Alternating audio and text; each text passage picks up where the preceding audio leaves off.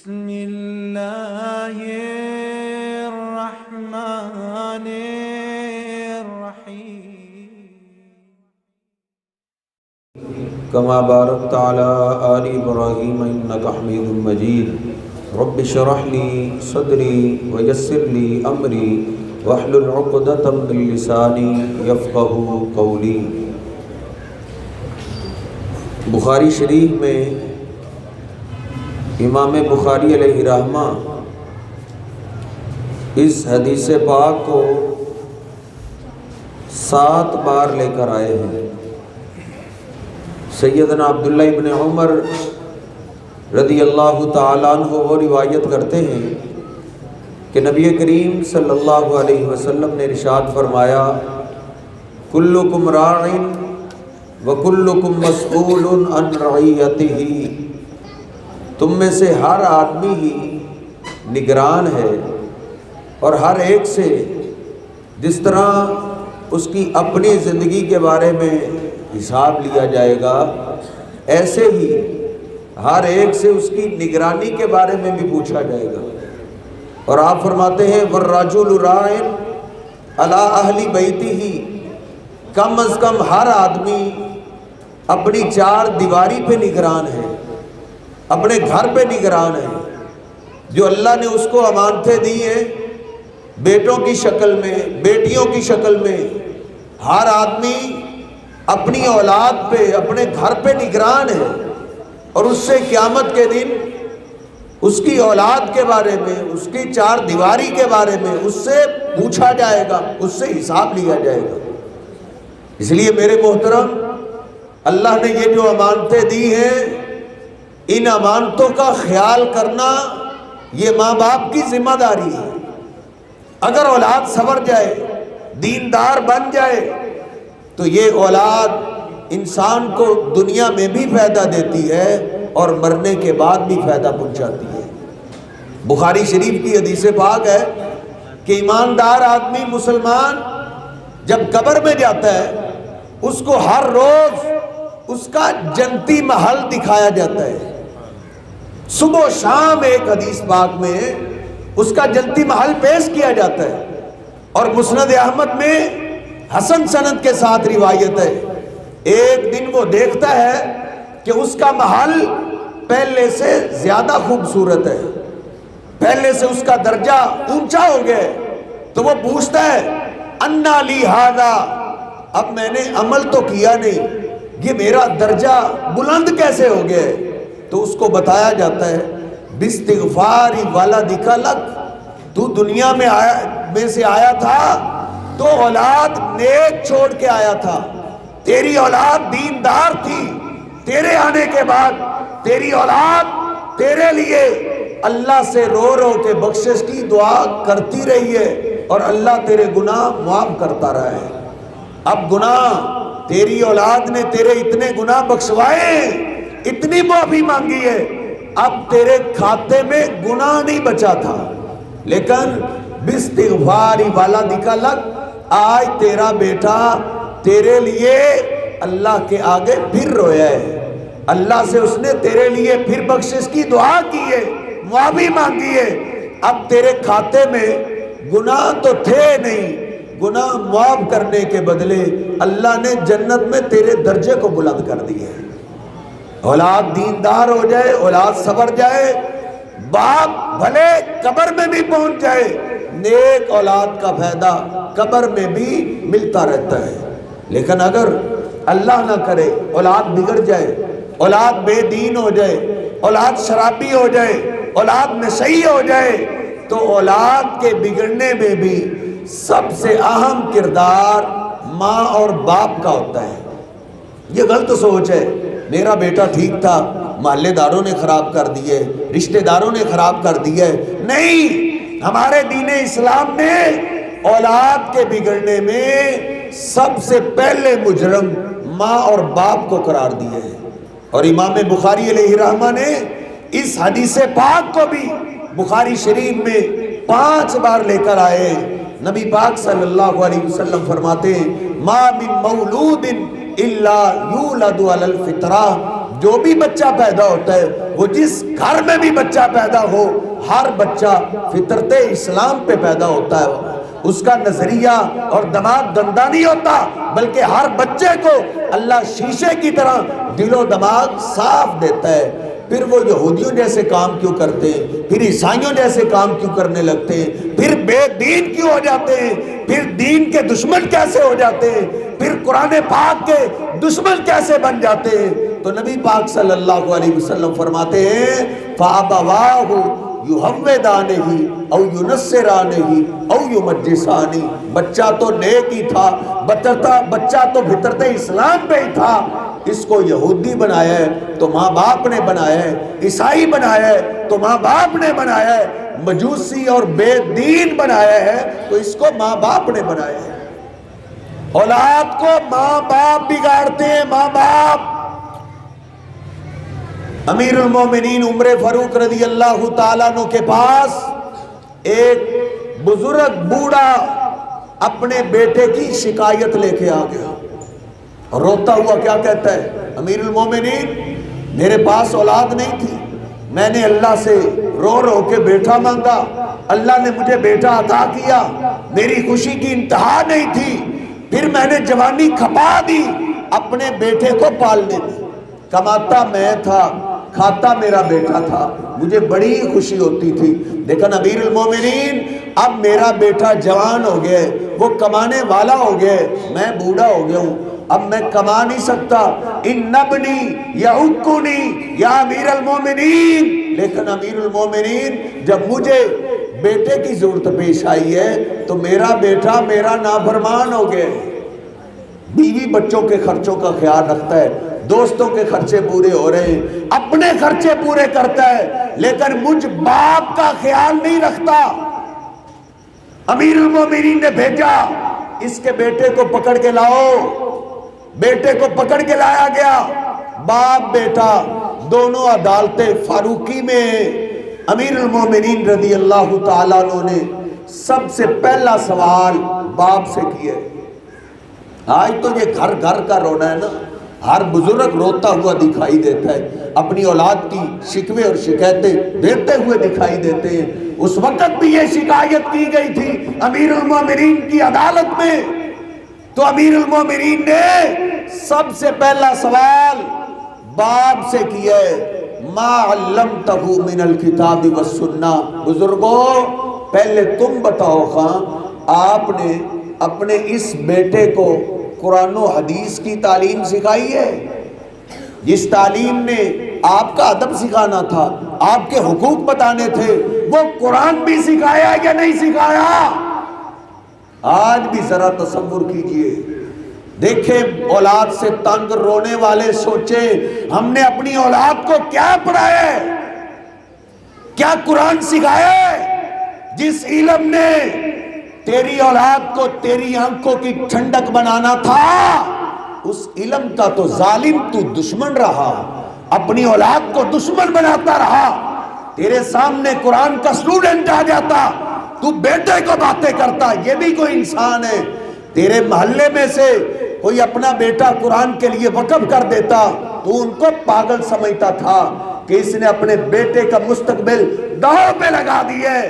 تو نے جوانی لگائی ہے، جب تیرا بیٹا تجھ سے خرچ لیتا تھا، تیری مانتا تھا، اس وقت تیری ایک ہی بات تھی، میں نے اپنے بیٹے کو انگریز بنانا ہے، بیٹا تجھ پہ جتنی دولت لگتی ہے میں لگاؤں گا، میں نے تجھے انگریز بنانا ہے، انگریز۔ پھر وہ انگریز بنے گا تو تجھ سے انگریزوں جیسا ہی سلوک کرے گا، وہ تجھ سے انگریزوں جیسا سلوک کرے گا۔ ان کے ہاں یہی چلتا ہے کہ باپ اور ماں جب بوڑھے ہو جائیں، جوانوں کا کام ہے اپنی زندگی سے انجوائے کریں، بوڑھوں کا بوجھ وہ نہیں اٹھا سکتے، وہ اپنے بوڑھے ماں باپ کو حکومت کو جمع کروا دیتے اور ان کے بیڈ روموں میں اور شاہی محلات میں کتے تو آ سکتے ہیں لیکن بوڑھے ماں باپ نہیں آ سکتے۔ ہم وہ خواب دیکھ رہے ہیں کہ میرا بیٹا انگریز کب بنے گا، قرآن پاک کی تعلیم سے تو دور رکھا ہے۔ قرآن پاک کی تو تیری دنیا کے لیے بھی رحمت ہے، تیری آخرت کے لیے بھی رحمت ہے۔ نادان، ابلیس شیطان تجھے مجھے پہلے سبز باغ دکھاتا ہے پھر مارتا ہے، حالانکہ قرآن سے بڑی خیر خواہی والی تعلیم نہیں ہے۔ قرآن تیرے بیٹے کی تربیت کیا کرتا ہے؟ اللہ فرماتا ہے یسألونک ماذا ينفقون، او نوجوان اب تیری تنخواہ آ گئی ہے، اب تو کمانے والا آ گیا ہے، تیرے ہاتھ میں تیری کمائی آ گئی ہے، اب یہ پوچھتے ہیں اس کمائی کو کیسے اور کہاں خرچ کریں؟ قرآن تیرے بیٹے کی تربیت کیا کرتا ہے؟ قُلْ مَا أَنفَقْتُم مِّنْ خَيْرٍ فَلِلْوَالِدَيْنِ وَالْأَقْرَبِينَ، اے بیٹا تو نے جو بھی خرچ کرنا ہے، خرچ کا آغاز تو نے اپنے بوڑھے ماں باپ سے کرنا ہے۔ تیرے بچوں کا خرچہ بعد کا ہے، تیری بیوی کا خرچہ بعد کا ہے، دوست احباب کا خرچہ بعد کا ہے، تو نے اپنا خرچہ بھی بعد میں سائیڈ میں کرنا ہے۔ سب سے پہلے تو نے اپنے بوڑھے ماں باپ پہ خرچ کرنا ہے۔ یہ کون سی تعلیم سکھا رہی ہے؟ یہ رب کا قرآن سکھا رہے ہیں۔ دراصل سارے ملکوں کے لوگ، قطر سے آئے ہوئے ہمارے مہمان جانتے ہیں، سارے ملکوں کے لوگ پاکستانی قوم کو بیوقوف سمجھتے ہیں، بھیڑ چال بنی ہوئی ہے۔ کیا ہم مسلمان نہیں ہیں؟ یہودیوں کی سوچ تو ہو سکتی ہے لیکن ہماری سوچ تو یہ نہیں نہ ہونی چاہیے۔ جی رزق تو ڈگریوں میں، رزق ڈگریوں میں نہیں ہے۔ وَفِي السَّمَاءِ رِزْقُكُمْ، رزق کے فیصلے آسمانوں میں ہوتے ہیں۔ اللہ کی قسم، ڈگریوں والے ہمارے مدرسے میں اوور ٹائم سکول کی کلاس لیتے ہیں، ایم اے انہوں نے پڑھا ہوا ہے، وہ بتا رہے تھے ایم اے بیس پہ 10,000 پچھلی حکومت میں سیٹیں آئی، جب درخواستیں جمع کی گئی تو درخواستیں 10 لاکھ سے زیادہ تھی۔ 10 لاکھ نوجوان ایم اے کی ڈگری لے کر گھر فارغ بیٹھے ہیں، اور ڈگریوں میں رزق نہیں، رزق کے فیصلے آسمانوں میں ہوتے ہیں۔ سیالکوٹ میں ہمارے ایک دوست ہیں، وہ مجھے اپنی پراڈو گاڑی میں لے گئے، ان کے گاؤں میں درس تھا، تو میں نے ان سے پوچھ لیا یہ گاڑی آپ کی کتنے کی ہوگی؟ تو انہوں نے کہا کہ مولانا صاحب یہ 2.5 کروڑ کی گاڑی ہے۔ تو میں نے پھر ان سے وہی سوال کیا جو ہمارے ہاں بھوت سوار ہوتا ہے، ڈگریاں آئیں گی تو رزق آئے گا۔ میں نے پوچھا آپ نے سکول کی کتنی کلاسیں پڑھی ہیں؟ تو انہوں نے کہا سچی بات یہ ہے میں نے سکول کی 6 کلاسیں پڑھی ہیں۔ دنیا کے سب سے امیر ترین لوگ میٹرک سے زیادہ نہیں پڑھے ہوئے۔ اپنے بچوں کو یا بزنس سکھاؤ یا ان کو قرآن و حدیث کی تعلیم دو۔ قرآن پاک اور حدیث سے پاک کا علم آپ کے بیٹے کو انسان بناتا ہے، انسان۔ ماں باپ کی آنکھوں کی ٹھنڈک یہ تعلیم بناتی ہے۔ قرآن بھی حدیث بھی۔ آپ صحیح البخاری کھول لیجئے، نبی پاک صلی اللہ علیہ وسلم فرماتے ہیں 3 نوجوان غار میں پھنس گئے تھے، 2 نے اپنی نیکیوں کا تذکرہ کیا لیکن وہ پتھر اتنا نہ ہٹا کہ وہ باہر آ سکے۔ تیسرے کو کہنے لگے او تیرے پاس بھی کوئی نیکی ہے؟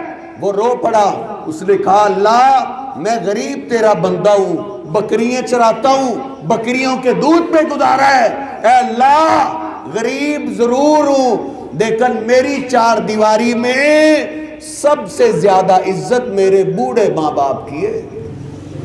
حدیث پاک آپ کے بیٹے کی یہ تربیت کرتی ہے۔ وہ غار میں رو رہا ہے، کہتا اللہ شام کو دودھ پیتے، صبح دودھ کم ہوتا تھا، اس سے ناشتہ کر لیتے تھے، سارا دن بچے میرا انتظار کرتے رہتے تھے، لیکن اے اللہ جب بھی میں اپنی بکریوں کا دودھ دوتا تھا سب سے پہلے میں اپنے بوڑھے ماں باپ کو دودھ پلاتا، بچوں کو بعد میں دودھ پلاتا تھا۔ ایک دن بکریاں چراتے چراتے میں دور نکل گیا، واپس آتے آتے مجھے دیر ہو گئی، جب دروازے پہ پہنچا بچے بھاگے ہوئے آئے، بابا آئے ہمیں دودھ پلائیں گے۔ میں نے جلدی سے اپنی بکریوں کا دودھ دویا، بچے میرے پیچھے پیچھے، لیکن میں دودھ لے کر سب سے پہلے اپنے بوڑھے ماں باپ کے پاس پہنچا۔ فَإِذَا هُمَا نَائِمَانِ، اے اللہ تجھے تو پتہ ہے نا میرے جانے سے پہلے میرے ماں باپ سو چکے تھے۔ میں نے پھر اپنے آپ کو سزا دی، یہی کھڑے ہو جاؤ، تم دیر سے آئے ہو، تیری وجہ سے ماں باپ بھوکے سو گئے، میں پیالہ پکڑ کے کھڑا ہو گیا۔ اور بوڑھے ماں باپ کو گھر میں بوجھ سمجھنے والوں سنیے گا، حدیث پاک کیا تربیت دیتی ہے، کیا تعلیم دیتی ہے۔ کہتا ہے اللہ میں ماں باپ کے سرانے کھڑا ہو گیا، بچوں کو کون سمجھاتا، وہ تو بچے تھے۔ حدیث پاک کے الفاظ ہیں وَالصَّبِيَّةُ يَتَزَاغَوْنَ عِنْدَ قَدَمَيَّ، بچے میرے پاؤں کے ساتھ چمٹ کے مجھ سے دودھ مانگتے رہے، بابا ہمیں بھوک لگی ہے ہمیں دودھ پلا دو، بابا ہمیں بھوک لگی ہے ہمیں دودھ پلا دو۔ کعبہ کے رب کی قسم اٹھا کے کہتا ہوں، صحیح البخاری میں نے خود پڑھا ہے، یہ نہ سمجھنا عربی جانتا اس نے عربی بنا لی ہے، نہیں، بخاری شریف میں حدیث پاک ہے۔ آپ فرماتے ہیں وہ غار میں روتا ہوا کیا کہتا ہے، اے اللہ تجھے تو یاد ہے نا، ذاک دابی ودابہم حتی اصبحا، میں ماں باپ کے سرانے کھڑا رہا، بچے میرے پاؤں کے ساتھ چمٹ کے دودھ مانگتے رہے، میری اور میرے بچوں کی یہی کیفیت رہی کہ صبح ہو گئی، صبح تک بچے دودھ مانگتے رہے، میں پیالہ پکڑ کے کھڑا رہا، صبح سویرے ماں باپ اپنی نیند پوری کر کے بیدار ہوئے، سب سے پہلے میں نے اپنے بوڑھے ماں باپ کو دودھ پلایا، بچوں کو بعد میں دودھ پلایا۔ اے اللہ اگر یہ نیکی تجھے پسند ہے، میری چار دیواری میں میرے بزرگوں کی یہ عزت تجھے پسند ہے، آج غار کے دھانے پہ پتھر آ گئے، زندگی خطرے میں، اے اللہ اس پتھر کو ہٹا دے۔ ایک حدیث پاک کے الفاظ ہیں تقطعت الصخرۃ، جب اس نوجوان نے اپنی اس نیکی کا تذکرہ کیا تو پتھر کے ٹکڑے ٹکڑے ہو گئے تھے۔ جو ہماری زندگیوں میں پتھر آئے پڑے ہیں، مصیبتوں کے پہاڑ اور مصیبتوں کے سیلاب بہتے چلے آ رہے ہیں، کہیں دیکھنا ہماری چار دیواری میں ہمارے بزرگوں کے ساتھ اس کے خلاف تو نہیں سلوک ہو رہا۔ اس لیے خدا را واپس پلٹیے، بھیڑ چال مت بنیے اپنی اولادوں کو۔ میں سکول کی تعلیم کے خلاف نہیں ہوں، لیکن سکول کی تعلیم کے ساتھ ساتھ اس نوری علم سے اپنی اولاد کو ضرور آراستہ کیجئے، اس نوری علم سے محروم مت کیجئے۔ یہ نوری علم آپ کے بیٹے کے دل میں آئے گا تو آپ کا بیٹا آپ کی آنکھوں کی ٹھنڈک بنے گا، اس نوری علم سے محروم رہ گیا تو پھر محروم ہی ہے۔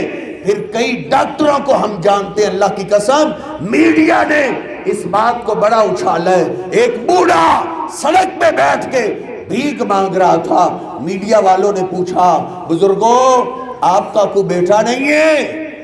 اب بزرگوں کے پاس اس کا جواب نہیں تھا، روتے ہوئے سسکیاں لیتے ہوئے بوڑھا بولا کیوں نہیں، میرا ایک بیٹا تو ڈاکٹر ہے، لاکھوں روپے کماتا ہے، اس کے سارے خرچے پورے ہوتے ہیں، لیکن وہ مجھے خرچہ نہیں دیتا۔ جس طرح آپ اپنے بچوں کو کبھی سکول چھوڑنے جا رہے ہیں، کبھی لینے جا رہے ہیں، کیا کیا اس کے نخرے برداشت کر رہے ہیں، ہر باپ ہی اپنی اولاد سے ایسے ہی محبت کرتا ہے۔ اس باپ نے بھی اپنے بیٹے کو ایسے ہی ڈاکٹری سکھائی ہوگی، یہ علم سکھایا ہوگا، اس کے ذہن میں یہی ہوگا ڈاکٹر بن کے میری آنکھوں کی ٹھنڈک بنے گا، لیکن اس نے ڈاکٹر بنایا، نوری علم نہیں سکھایا۔ نوری علم کے بغیر ڈاکٹر فضول ہی ہے، نوری علم کے بغیر وکیل فضول ہی ہے، نوری علم کے بغیر اگر تیرا بیٹا پولیس کا افسر بھی بن جائے وہ حرام ہی کھاتا پھرے گا۔ جب حرام کھائے گا، حرام کھانے والی اولاد کہاں ماں باپ کی آنکھوں کی ٹھنڈک بنتی ہے۔ واپس پلٹیے، اپنی اولاد کو قرآن کی طرف واپس لے کے آئیے، کیونکہ اللہ کے ہاں قرآن والے کی بڑی ویلیو ہے، بڑی عظمت ہے، بڑی شان ہے۔ بس آخری 3 باتیں عرض کر کے بات ختم کرتے ہیں۔ نبی پاک صلی اللہ علیہ وسلم چلتے چلتے سیدنا ابی بن کعب کے پاس پہنچے، سیدنا ابی بن کعب حیران ہو گئے، عرض کرتے ہیں اللہ کے رسول آپ پیغام بھیج دیتے میں حاضر ہو جاتا۔ نبی صلی اللہ علیہ وسلم عرض کر آپ فرماتے ہیں اے ابی میں تیرے پاس اپنی مرضی سے نہیں آیا، بلکہ تیرے پاس مجھے رب نے بھیجا ہے۔ میرے اللہ نے بھیجا ہے. ان اللہ امرنی ان اقرا علیک القرآن, اللہ نے مجھے حکم دیا ہے میں تیرے سامنے قرآن پڑھوں. سیدنا ابی کی آنکھوں میں آنسو آ گئے. عرض کرتے ہیں اللہ کے رسول اسمانی اللہ, کیا اللہ نے عرش پہ میرا نام بھی لیا ہے؟ نبی پاک صلی اللہ علیہ وسلم فرماتے ہیں ہاں ابی, اللہ نے عرش پہ تیرا نام لے کے کہا ہے کہ ابی آپ کی امت کا قاری ہے, اس کو جا کے قرآن سناؤ. ان کو یہ عزت کیوں ملی ہے, یہ شرف کیوں ملی ہے؟ لوگوں کی ڈگریوں کو دیکھ کر اور قرآن کے طالب علموں احساس سے کم تری کا شکار نہ ہوا کرو. اللہ کے ہاں تمہارا بڑا مقام ہے, بڑی عزت ہے, بڑی شان ہے. قرآن پاک سیکھنے والا دیکھیے ایک نبینا صحابی ہے لیکن قرآن کا طالب علم ہے اور لمبا چوڑا سبق بھی نہیں یاد کر سکتا. ہر روز ایک آیت سیکھنے والے ہیں, ایک آیت. آج گھر سے نکلے ایک آیت کا سبق سیکھنے کے لیے. وہ بھی عظیم لوگ تھے جو حضور پاک علیہ السلام کی خوشبو سے اندازہ لگا لیتے تھے کہ نبی پاک صلی اللہ علیہ وسلم ادھر گئے ہوں گے. آپ کی خوشبو کے اندازے میں آپ کی تلاش میں نکلے. جب خوشبو زیادہ محسوس ہونے لگی آواز دے دی علمنی آیت یا رسول اللہ, علمنی آیت یا رسول اللہ. اللہ کے رسول صلی اللہ علیہ وسلم مجھے ایک آیت کا سبق دے دیجئے. نبی صلی اللہ علیہ وسلم مکہ کے سرداروں کے پاس بیٹھے ہیں جنہوں نے شرط لگائی ہوئی ہے کہ جب آپ ہمارے پاس ہوں یہ غریب لوگ نہ آیا کریں, ہماری انسلٹ ہوتی ہے, ہماری توہین ہوتی ہے. نبی پاک صلی اللہ علیہ وسلم کو کوئی دنیا کا لالچ نہیں تھا, لالچ تو یہ تھا یہ کسی طریقے سے اسلام کو قبول کر لیں. دور دور سے لوگ آ کے جنتوں کے مالک بن رہے ہیں. لیکن عبداللہ بن ام مکتوم رضی اللہ تعالیٰ عنہ چونکہ نبینے تھے, ان کو دکھائی نہیں دیتا تھا نبی پاک صلی اللہ علیہ وسلم کن کے پاس بیٹھے ہیں. ان کو ایک ہی غم سوار تھا, ایک آیت کا سبق دے دیجئے. نبی صلی اللہ علیہ وسلم نے آواز سنی, ماتھے پہ بل چڑھایا اور تھوڑا سا منہ پھیرا ہے. اللہ پاک کو اپنے حبیب کی یہ ادا پسند نہیں آئی. اللہ پاک نے قرآن کے نبینے طالب علم کی شان میں پوری سورت نازل کر دی. عبس وتولی ان جاءہ الاعمی وما یدریک لعلہ یزکیٰ. انہوں نے ماتھے پہ بل چڑھا لیا, انہوں نے منہ پھیر لیا کیونکہ ان کے پاس ایک نبینہ قرآن سیکھنے کے لیے آ گیا تھا. اللہ نے فرمایا لا تطرد الذین یدعون ربہم, او میرے حبیب آپ کا کام دین پہنچا دینا ہے. کوئی مانتا ہے مانے, نہیں مانتا نہ مانے, لیکن آپ ان کی خاطر ان قرآن کے طالب علموں کو مجلس سے دور نہ کیا کرو. فَتَطْرُدَهُمْ فَتَكُونَ مِنَ الظَّالِمِينَ. جب یہ مقام میری سمجھ میں آیا, میری چیخیں نکل گئی. وہ شہنشاہ, وہ بے پرواہ ذات قرآن کے سٹوڈنٹ کی کتنی عزت کرتا ہے. اللہ نے کہا فَتَطْرُدَهُمْ فَتَكُونَ مِنَ الظَّالِمِينَ. او میرے حبیب اگر آئندہ آپ ایسے کریں گے تو پھر آپ تو ظالموں میں سے ہو جائیں گے. اللہ کے ہاں قرآن والے کی بڑی شان, بڑی ویلیو ہے. آخری بات اور میرا سلام صرف اللہ کے ہاں ہی نہیں, اللہ کے محبوب پیغمبر صلی اللہ علیہ وسلم کے ہاں بھی سب سے زیادہ شان ہے تو قرآن والے کی ہے. احد کے شہداء 70 شہید ہو چکے ہیں. نبی پاک صلی اللہ علیہ وسلم نے فیصلہ کیا 3-3, 4-4 کو ایک ہی قبر میں دفن کیا جائے. صحابہ فرماتے ہیں جب 3-4 کے لیے ہم ایک قبر تیار کر لیتے, ہم آپ کو اطلاع دیتے اللہ کے حبیب قبر تیار ہو گئی ہے, نبی پاک صلی اللہ علیہ وسلم تشریف لاتے تو آپ ان 3-4 کے بارے میں ہم سے ایک سوال کیا کرتے تھے, ایک سوال.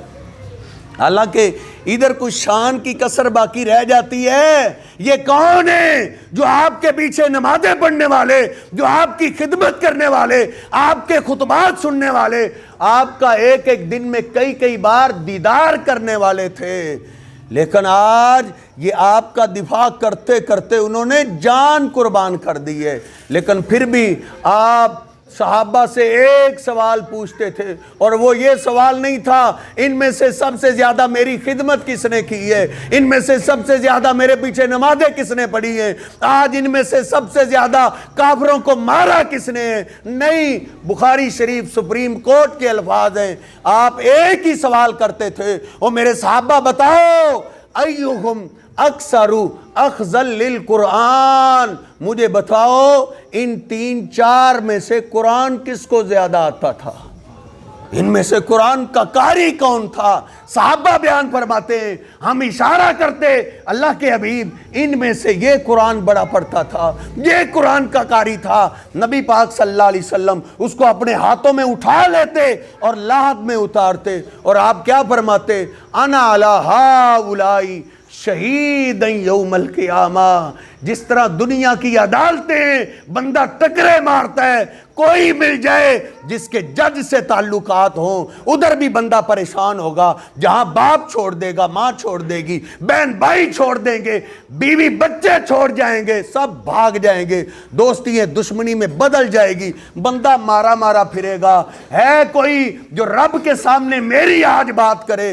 نبی پاک صلی اللہ علیہ وسلم فرماتے ہیں ان قرآن والوں کی بات اللہ کے سامنے میں جا کے کروں گا، ان کے ایمان کی گواہی میں دوں گا کہ انہوں نے مجھ پہ اترنے والی کلام کی بڑی عزت کی، بڑا احترام کیا، انہوں نے اپنی زندگی وقف کر دی۔ اللہ کی قسم ہے دنیا والوں کے ہاں چاہے وہ جتنے بھی حقیر ہی کیوں نہ سمجھے جائیں، لیکن اللہ کے ہاں، اللہ کے رسول صلی اللہ علیہ وسلم کے ہاں قرآن والوں کا مقام عالی شان ہے، عظمت والا ہے۔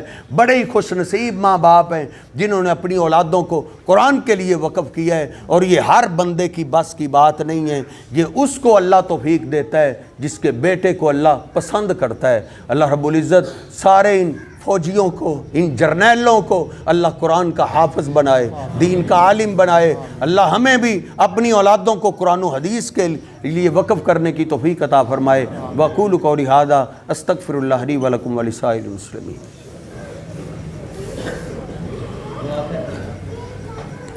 یا رب لک الحمد کما ینبغی لجلال وجهک ولعظیم سلطانک، وإلہکم الہ واحد لا الہ الا هو الرحمن الرحیم، لا الہ الا اللہ وحدہ لا شریک له له الملک وله الحمد وهو على كل شيء قدیر۔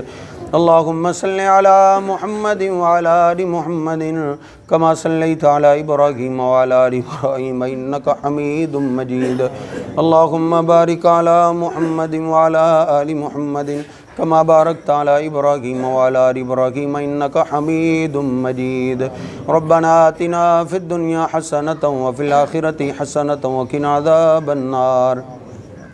اے میرے اللہ جتنے ساتھی تشریف فرمائے ہم سب کا سننا سنانا قبول فرما۔ گناہ گار ضرور ہے لیکن بندے تو تیرے ہی، اپنی رحمت سے ہم سب کو معاف فرما، اپنی رحمت سے اپنے نیک بندوں میں شامل فرما۔ اے میرے اللہ جو بچے قرآن کے لیے وقف کیے گئے ہیں اللہ ان کو قبول فرما، ان کو اپنے دین کا سپاہی بنا، ساری زندگی تیرے دین کے لیے ان کو قبول فرما۔ اے میرے اللہ کئی اولاد کی وجہ سے پریشان ہے اللہ، جن کے پاس اولاد نیک اور نمازی بنا، ماں باپ کے لیے آنکھوں کی ٹھنڈک بنا۔ اے میرے اللہ جنہوں نے یہ انتظام کیا ہے مدرسے کے ساتھ تعاون کر رہے ہیں اللہ ان کے کاروبار میں برکتیں عطا فرما۔ اے میرے اللہ تو ان کے مال جانستوں کی حفاظتیں فرما۔ اے میرے اللہ یہ ملک ہم نے تیرے نام پہ حاصل کی ہے، تو خود اس کی حفاظتیں فرما، ضروریات زندگی آسان بنا۔ ربنا ظلمنا انفسنا وان لم تغفر لنا وترحمنا لنكونن من الخاسرین۔ ربنا تقبل منا انك انت السميع العليم وتب علينا انك انت التواب الرحيم۔ اللهم صل على محمد وازواجه وذريته كما صليت على آل ابراهيم وبارك على محمد وازواجه وذريته كما باركت على آل ابراهيم انك حميد مجيد۔ سبحان ربك رب العزة عما يصفون وسلام على المرسلين والحمد لله رب العالمين۔